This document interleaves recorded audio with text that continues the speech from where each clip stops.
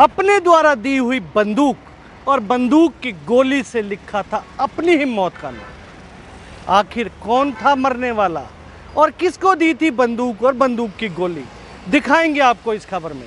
नमस्कार, मैं हूं मन्नू मेहता और आप देख रहे हैं Gurugram news. Cyber city Gurugram के न्यू कॉलोनी इलाके में 7 तारीख को बोलेरो गाड़ी में हुई मनीष भारद्वाज की हत्या के मामले में न्यू कॉलोनी पुलिस स्टेशन और क्राइम ब्रांच की टीम ने मिलकर हत्या आरोपी सन्नीकांत को गिरफ्तार कर लिया है।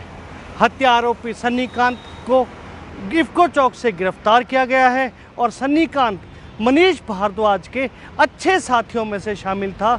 खास बात ये भी है कि मनीष भारद्वाज जब फेक गन लाइसेंस और विदेशी हथियार मामले में जेल में गया था तो उसी मामले में सन्नीकांत भी मनीष का सह आरोपी था। दोनों के ऊपर इस मामले में इकट्ठे आरोप चल रहे थे। यहाँ तक कि सन्नीकांत के शोरूम से फेक लाइसेंस बनने वाली कुछ स्टैंप भी बरामद हुई थी, लेकिन उसके बाद इनके बीच में जो हुआ उस तब से मामला बिगड़ता ही चला गया। पुलिस की माने तो उसके बाद इनका आपसी लेन देन का व्यवहार चल चुका था, क्योंकि सन्नीकांत उसके बाद कर्जे में डूबता जा रहा था और सन्नीकांत ने मनीष भारद्वाज से 20 लाख रुपए उधार ले रखे थे, जिसमें से काफ़ी रकम वो मनीष को लौटा भी चुका था, लेकिन बाकी की रकम के लिए मनीष उसे अक्सर प्रताड़ित करता रहता था और उस पर दबाव भी बनाता था। यहाँ तक कि नौबत एक बार ऐसी भी आ गई थी कि सन्नीकांत ने एक बार जहर खाकर मरने का प्रयास भी किया था, लेकिन उस समय वो बच गया था। उसके बाद सन्नीकांत फिर से मनीष के टच में आया और दोनों की दोस्ती एक बार फिर से चल निकली थी, लेकिन फिर से मनीष का वही रवैया सन्नी के प्रति शुरू हो चुका था और सन्नी लगातार उस पर प्रताड़ना का दौर जारी रख रहा था। हालात ये हो चुके थे कि एक बार फिर से सन्नी के सामने वो नौबत आ चुकी थी, या तो वो अपनी जान दे या मनीष की जान दे।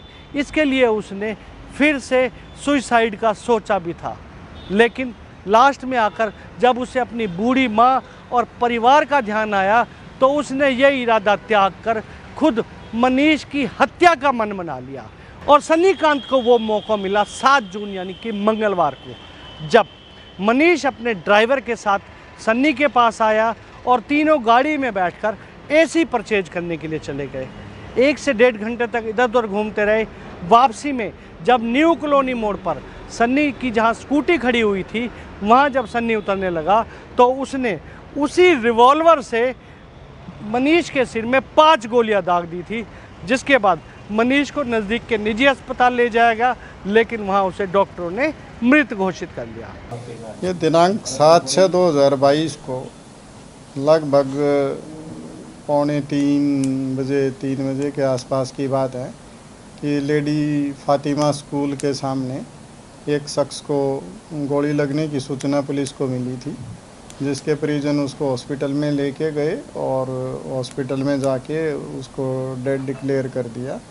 उसके बाद में पहचान मनीष भारद्वाज के रूप में हुई, जो पहले से एक अवैध लाइसेंस और हथियारों के मामले में पहले गिरफ्तार हो चुका था। और इसका ही साथी एक उसमें उसके ड्राइवर ने बताया कि उसी ने उस पे गोलियां चलाई थी, और उस ड्राइवर के बयान पे, जो उस टाइम पे गाड़ी चला रहा था, उसने बताया कि मैं और ये दोनों उस गाड़ी में सवार थे और कहीं से एसी परचेज करके वापस आ रहे थे, तो पैसे के लेन देन को कोई के बीच में इनकी बहसा बहसी हुई और उसके बाद सन्नी उपरोक्त ने उसको गोलियां मार दी मनीष भारद्वाज को। उसकी बाद में हॉस्पिटल में डेथ होगी, जिसके संबंध में हमने न्यू कॉलोनी पुलिस स्टेशन में केस रजिस्टर करके और उसकी इन्वेस्टिगेशन शुरू की गई। उसमें एक SIT का भी गठन किया गया और हमारी क्राइम टीम सेक्टर 17 और उस न्यू कॉलोनी पुलिस ने मिलके इसमें जो आरोपी व्यक्ति था सन्नी, उसको कल गिरफ्तार करने में कामयाबी हासिल की गई। और उसने पूछताछ पे बताया कि हम पहले अच्छे दोस्त थे और ये जो फर्जी लाइसेंस का जो एनओसी लेके और जो घोटाला था उसमें हम दोनों ही जेल में साथ रहे हैं। उसके बाद हमारी पक्की दोस्ती थी। पुलिस के आला अधिकारियों की माने तो सन्नी पिछले काफ़ी दिनों से बहुत ज़्यादा परेशान चल रहा था और वो यही सोच रहा था कि किसी भी तरीके से उसे इस जंजाल से निकलना है। मौके वारदात से सन्नी फरार होने के बाद 2 से 3 दिन तक इधर उधर भटकता रहा और आखिरकार सेक्टर 17 सीआईए और न्यू कॉलोनी पुलिस स्टेशन की जो टीम थी, इनके प्रयास से इसको इफ्को चौक से गिरफ्तार कर लिया गया। फिलहाल गुरुग्राम पुलिस ने सन्नी को 2 दिन के रिमांड पर ले लिया है और प्रयास कर रही है कि सन्नी के पास यदि और भी कोई हथियार थे तो उनको भी बरामद किया जाए।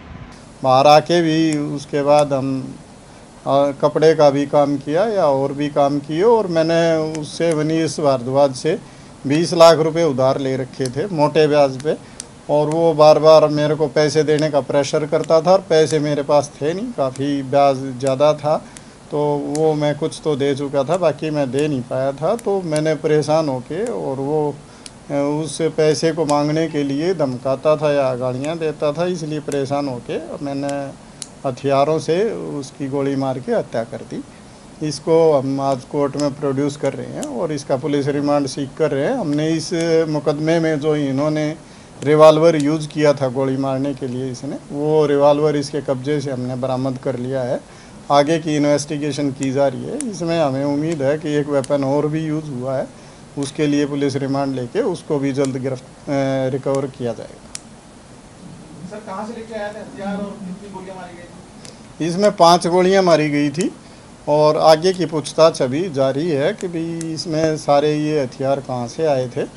इस तरह की सारी इन्वेस्टिगेशन में सारी चीज़ सामने आने पे आपको बताया जाएगा। हथियार उसका कोई पहले क्राइम रिकॉर्ड रहा हो सर?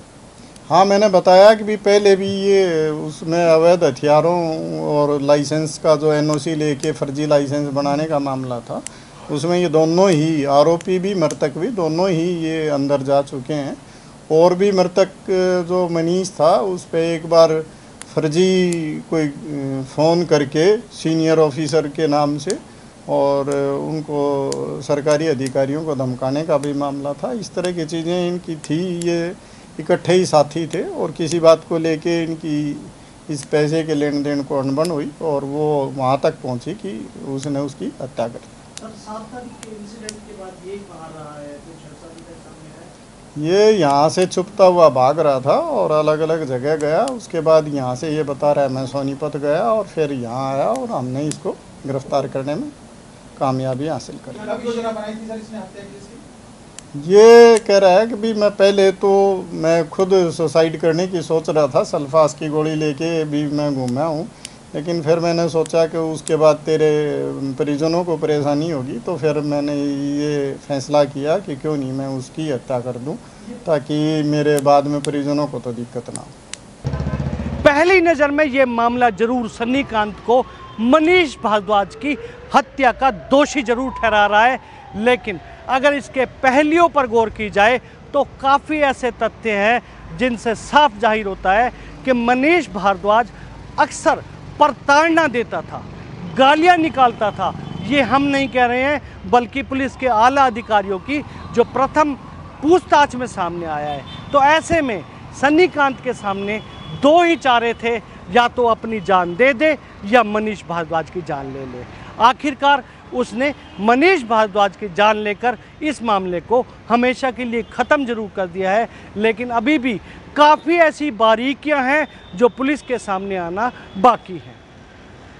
इस खबर के बारे में आप अपनी राय हमें कमेंट करके अवश्य दीजिएगा और इस खबर को ज़्यादा से ज़्यादा शेयर भी कीजिएगा ताकि ज़्यादा से ज़्यादा लोगों तक सही जानकारी सही समय तक पहुंच सके। नमस्कार।